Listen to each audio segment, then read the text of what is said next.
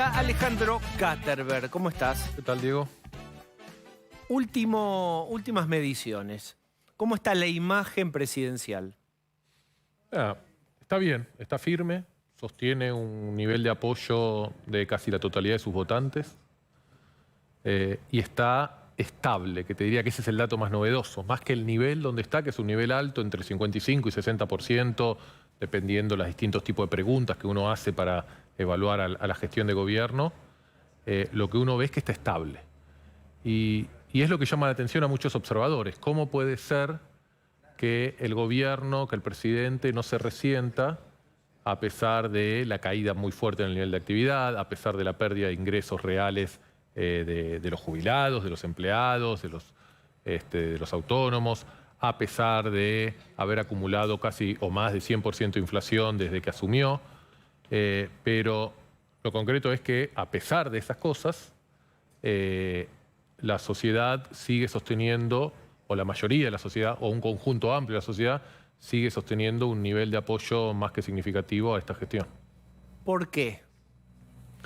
A ver, te diría varias cosas y te lo mezclaría con algunos datos cualitativos. Nosotros en Poliarquía hicimos hace unas semanas focus groups en un grupo de votantes bastante especial porque es la gente que lo votó en la segunda vuelta, pero no en la primera. Básicamente, votantes de Cambiemos, de Schiaretti, gente que Milei sumó, que agregó. En ese grupo de votantes y en esos focus groups salía, yo te diría, 5 líneas argumentales que se iban repitiendo entre los distintos participantes. Número 1, el país está hecho bolsa, ¿no? Hay un consenso de que el país está muy mal, la situación es dramática. Los más jóvenes nunca vieron algo así, los adultos jóvenes lo comparan con el 2001, los adultos mayores lo comparan con el 89 o con crisis anteriores, pero un consenso diciendo esto está mal. Te abro un paréntesis más de análisis político. Cuando Macri ganó y se le cuestionaba no haber recontado la herencia recibida, yo disiento, porque la sensación y la realidad económica de la gente cuando Macri ganó es muy distinta a lo que la gente siente ahora. Hoy realmente es mucho más dramática. Por supuesto. Entonces, el primer concepto es, la gente dice, el país está muy mal, la culpa es de los políticos y del sistema de poder. Número 2, este tipo, Javier Milei, es algo distinto, es algo diferente, es algo novedoso. 4, hay que darle tiempo, esto no se soluciona fácil. 5, no lo quieren dejar.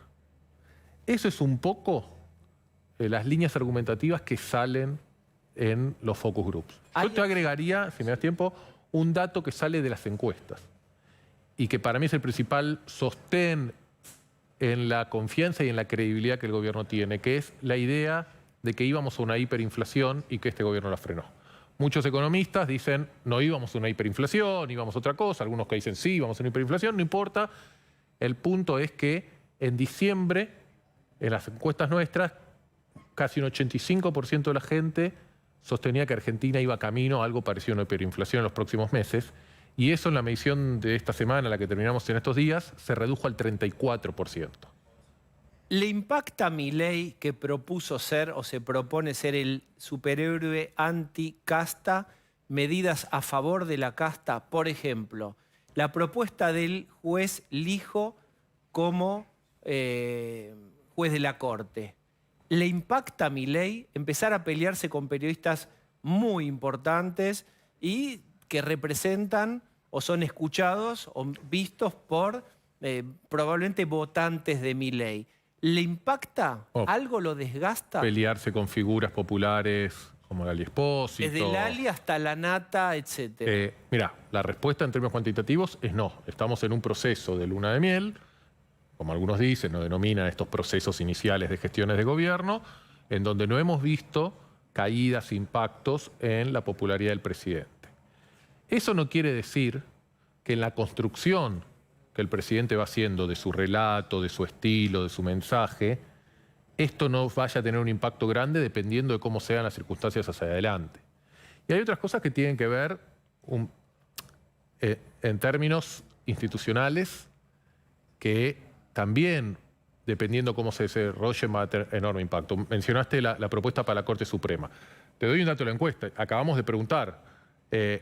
Un 12% estaba a favor de la propuesta del juez Ariel Lijo yendo a la Corte, un 25% estaba en contra, pero el 60% me decía, yo no tengo la información suficiente, la gente no sabe bien del tema o no está informado del tema. Pero si vos dijeras, Lijo es casta judicial, hey, vos decías que estabas en contra de la casta y estás nombrando a alguien representativo. Bueno, el histórico. caso Lijo todavía no está en esa etapa. Creo que, y ahora si querés lo hablamos, es un tema muy delicado por muchos aspectos, pero también es muy delicado para esta construcción del relato de Milei.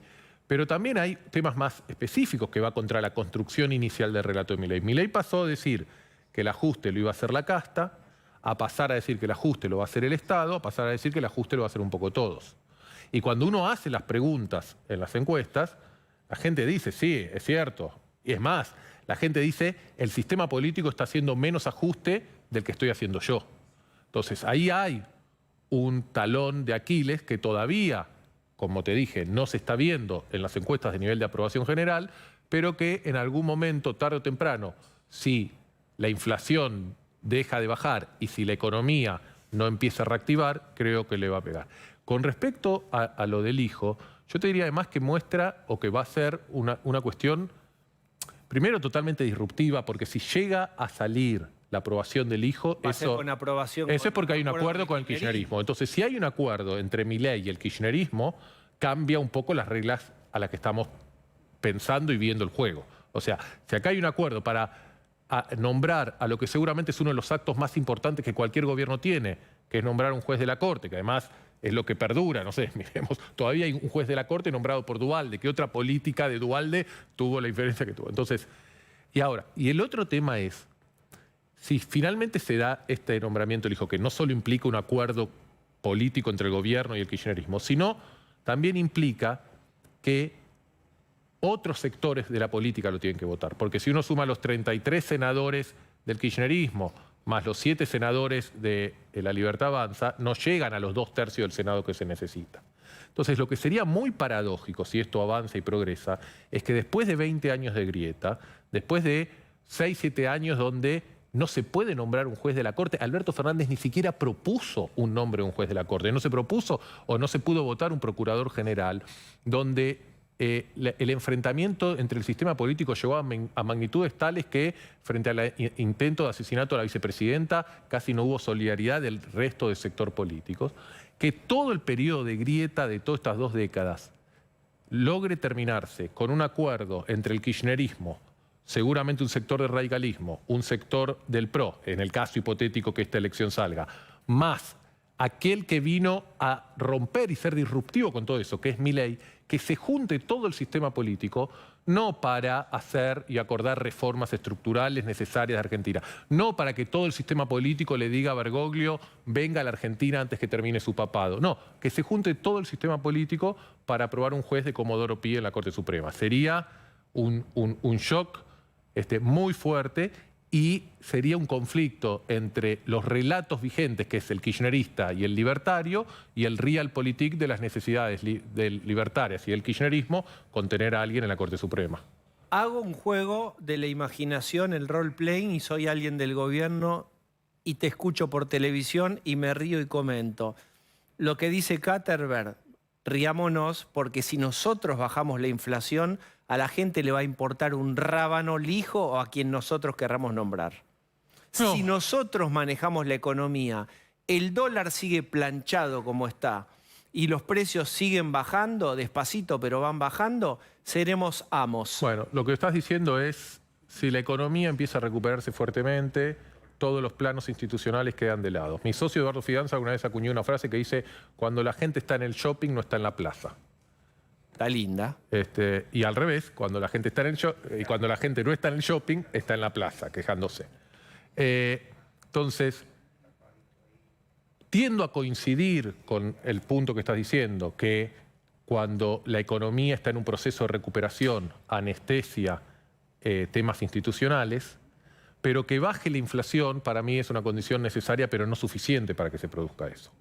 Bajar la inflación le va a dar credibilidad posiblemente a Milei, le está dando credibilidad a Milei. Bajar la inflación le va a dar tiempo adicional al presidente y al gobierno, pero bajar la inflación para entrar a un proceso de freno del nivel de actividad, de aumento del desempleo y de la recesión, no es garantía de que esto que vos planteás se va a dar. De hecho, Diego, en las encuestas lo que estamos viendo es que está bajando la gente que dice que la inflación es el principal problema del país y está subiendo el desempleo.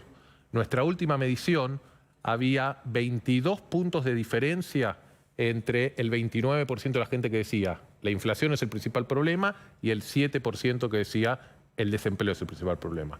Hoy esos 22 puntos se redujeron a 7. O sea, claramente ya lo que vamos a estar discutiendo en 2 o 3 meses no va a ser la inflación, va a ser el desempleo, el parate del nivel de actividad. Viene la hora de los consejos gratuitos y breves. Te está escuchando el PRO, te está escuchando Mauricio Macri, dice, ¿qué hacemos nosotros? ¿Cómo nos paramos? Gran parte de nuestros votantes votaron a Milei, queremos que les vaya bien, pero la verdad que nos tienen medio ahí, nos rechazan. ¿Dónde nos paramos? Yo creo que estructuralmente lo que quedó el PRO... A ver, la ruptura explotó Juntos por el Cambio. Acordémonos, hubo un terremoto electoral y político el año pasado y todavía muchos estamos tratando de entender o analizar las consecuencias de ese terremoto. Una de las principales consecuencias de ese terremoto es que la principal coalición antiperonista de la historia argentina no está más.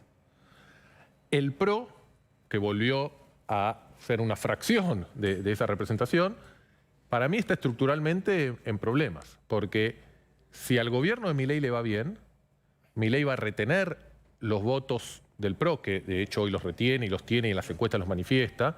Milei va a generar ese liderazgo y a dominar el espacio y tendrá una enorme influencia sobre la conformación de las listas y eso irá limitando la representatividad del PRO. Y si a Milei le va mal, yo creo que el PRO va a pagar un costo político por haber estado asociado, vinculado, apoyado.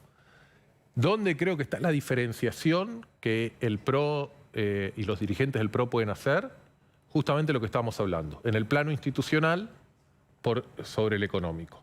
Hay un apoyo muy claro de los votantes del PRO en todo lo que tiene que ver con el saneamiento de la macroeconomía, pero las señales que está dando Milei es que vamos a un proceso de saneamiento económico, pero no vamos a un proceso de saneamiento institucional.